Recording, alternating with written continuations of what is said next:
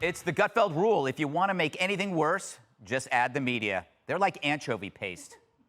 The one thing we now know for certain is that politics is superseding medicine here. When I'm watching the parade yesterday with him in the car, that was right out of a dictator's playbook. It's a karmic twist.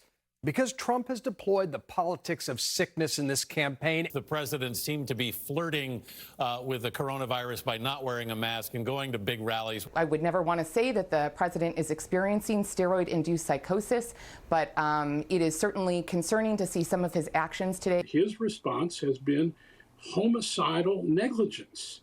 He has failed to protect the American people. Is it worse than Watergate? So a president gets sick, and they say, "I told you so." CNN corners the wet market on that. They hardly said much early on, too busy gorging on impeachment, and now they armchair quarterback as if wisdom is knowing what happened after it happened. Oh, and that steroid-induced psychosis? So now you're admitting that he never had psychosis to begin with? How nice of you. Fact is, everyone was wrong on the virus at one time or another, even the experts, especially the experts. The measure of a leader is listening to advice and then doing what's right. Trump actually sent a boat to NYC and they left it empty. He sent tons of ventilators to NYC. He sent money to everyone and shut down an economy. He stopped travel even when Dems called him racist. He stayed calm when others wouldn't. But he also knew that as a leader, he must endure risk, to expect risk from others. You go to work, so must he. Why do you think the Five came back to Studio F? If we said go back to work, we should too. So don't indulge those looking for scores to settle. Instead, while the media mines for misery, encourage compassion. So what happens when a fearless, bombastic personality has a health scare? Will he change? Of course, Trump might be Trump forever. But the scariest thing for never-Trumpers is a healthy Trump in a country that prefers it. Still, a health shock can change people for good. Look at me. I went through childbirth at an early age, and I haven't been the same since. Dana, so they sound the alarm, the media sounds the alarm that it's way worse than you think, right, on Friday, and now he's not at death's door, so he must be a murderer. He's out and about, he's a murderer. I think that there's no doubt the White House did not have a good initial communications rollout on this on Saturday, and I think that the press office did as best as they could, but if they're going to be cut out of the loop, then you can't expect them to do a good job, and I think that that was a real disservice to Kayleigh McEnany and her team. And she deserves better, and I hope that they demand better from the White House Chief of Staff. That was no bueno. No bueno? No bueno. However, no cultural appropriation here, Dana. Not getting complete information or information in the right way that you want it does not mean that you can then speculate about the president's health. It doesn't work that way. It's not like, it's like saying, I know that the president's doctor is saying this, but my aunt posted something on Facebook that she saw on WMD, and that must be something that we should really take seriously going forward. So. Yeah, there was watching that montage, I can see why some people watch Fox all day long. I know, because we are real. Whereas, Jesse, I imagine like at CNN, they have those morning board meetings, and they have a machine that gauges what is the most bizarre, deranged theory. And then when that goes in the red zone, they go, put that in the lineup. Psychosis. There were a lot of scandals and conspiracies over the weekend, Greg. I had body doubles, we were told. We said staged photo ops. Russian intelligence officers were in Walter Reed operating on the president. Oh, we heard about the Secret Service gate. After the media watched video of COVID crowds screaming in the faces of law enforcement officers all summer. Right. All of a sudden they cared about law enforcement driving in a car with all the PPE and the mask. The guys probably had already gotten COVID or they volunteered, which were the reports.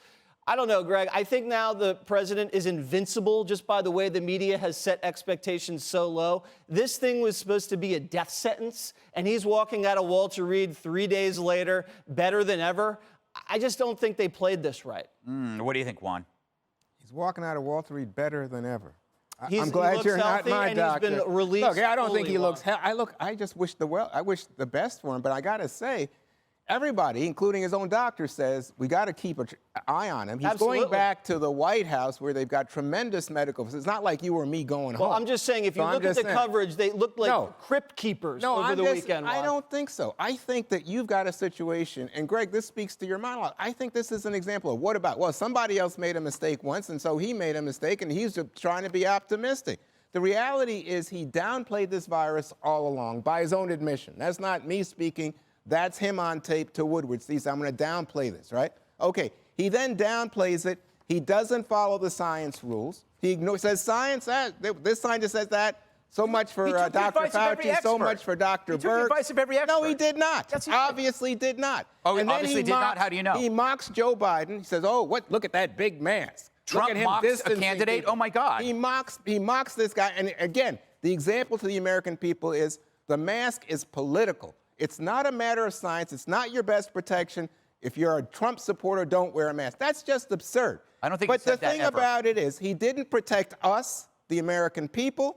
He didn't protect his staff. You need You stats. should have heard my phone, Secret Service people over the weekend, bizarre, gone off, that he is putting them at risk so that he can have a Secret TV Service was moment. calling you? Oh, yeah. Let me just tell you something. Wait, they were calling you? Not only that, when you stop and think about it, just in terms of the absolute numbers, 4% of the world population here in America, 25% of the coronavirus cases here. That's failure.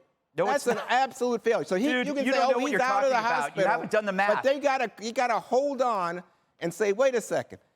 I hope this is not just about appearances and spin.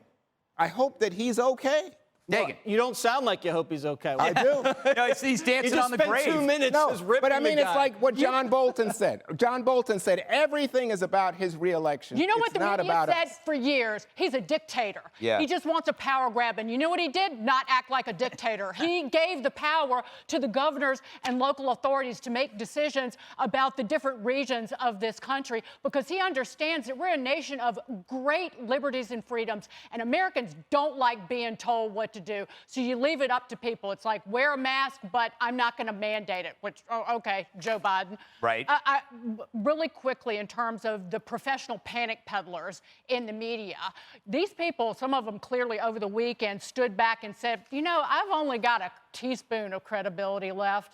I've only got a soupçon of integrity, so I'm flushing it all away now. I'm going to leave this job and go sell cans of seeds and bomb shelters for the next apocalypse. I expect some of them, they're so, expletive, that they'll be standing in front of Trump Tower anytime now, screaming, shame, shame, at anybody who's taking a selfie in front of the building.